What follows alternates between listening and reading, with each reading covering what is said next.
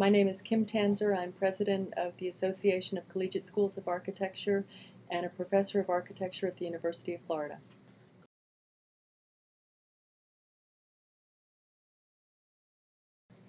I think that we will have more people on the planet than the carrying capacity of the planet, and we will have to deal with that in every way, which will have to do with food and potential food shortages, more people living in cities, which can lead to problems of disease and just the kind of pressures that come from, highly populated living in highly populated areas. I think the role of architecture will be to conserve our resources as much as possible by being as sustainable as possible and leaving as much land for growing food as possible, and for helping people to live in closer relationships with each other in a way that continues or makes people feel as comfortable as they possibly can, under a very stressful time.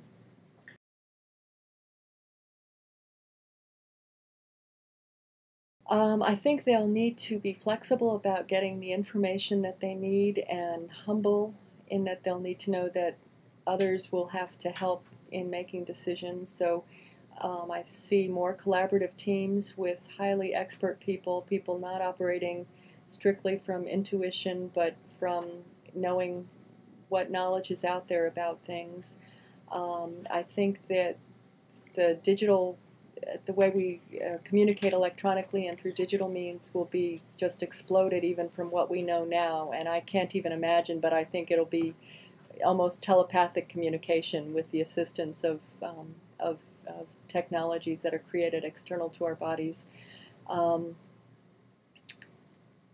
So I think a combination of some skills that we don't have that we'll just have to pick up as new technologies are invented, flexibility and humility in dealing with them, and a real ambition to solve the problems that we'll be facing will be important.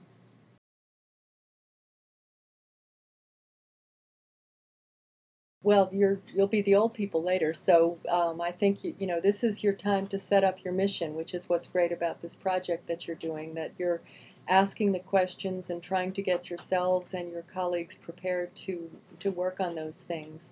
I think, and you and I have spoken about the fact that you never lived in a time that you didn't have access to computers, for example, and you played Nintendo and things like that my generation didn't. So I think that while each generation has its own strengths, and including my generation, you'll bring a certain mindset to bear on problems that will be different from mine and very important. And I hope that as you engage the world as increasingly as thought leaders yourselves, you'll also reflect on the fact that older people also have something to contribute because of our life experiences.